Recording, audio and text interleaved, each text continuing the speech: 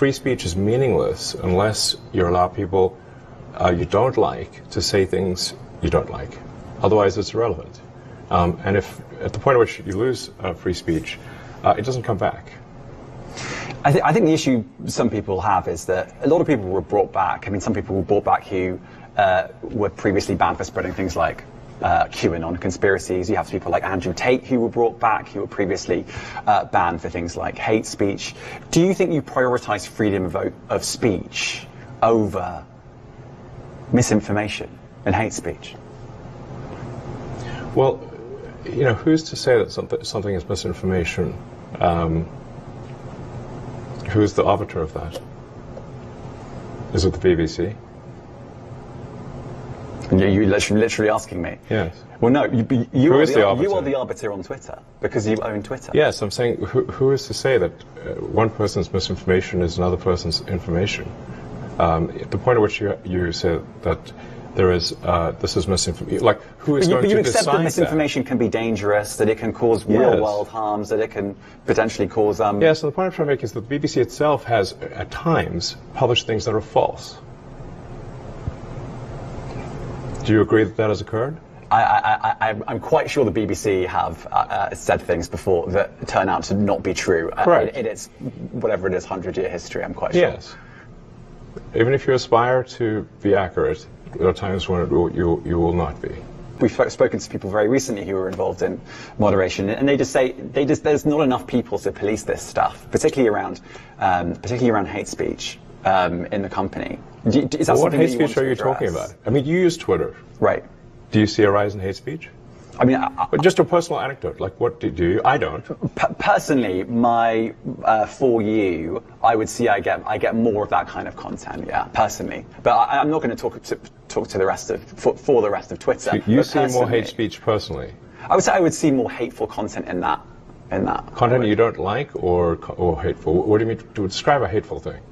Yeah, I mean, you know, just content that will solicit a reaction, something that may include something that is slightly racist or slightly sexist, those kinds of things. So you think if something is slightly sexist, it should be banned? No, is that what you're saying? I'm not saying anything. I'm saying. Well, I'm just curious. I'm trying to understand what you mean by hateful content, and I'm asking for specific examples. And you just said that if something is slightly sexist, that's hateful content. Does that mean that it should be banned? Well, you've asked me whether my feed, whether it's got less or more. I'd say it's got slightly more. That's why I'm asking for examples. Can you name one example? I honestly don't use. Honestly, I don't. You can't name a single example. I'll tell you why. Because I don't actually use that for you feed anymore. Because I just don't particularly like it. But you said actually, a lot of people are quite similar. I only look at hang on a second. You said you've seen more hateful content, but you can't name a single example, not even one. I'm not sure I've used that feed for the last 3 or 4 weeks. And then how did you see the hateful content? Because I've been using Twitter since you've taken it over for the last 6 months. Okay, so then you must have at some point seen the hateful content. I'm asking for one example. Right. And you can't give a single one. And I'm saying... Then I say, sir, that you don't know what you're talking about. Really? Yes, because you can't give me a single example of hateful content, not even one tweet. And yet you claimed that the hateful content was high. Well... That's false. No, what I claimed... You just lied. What I claimed was...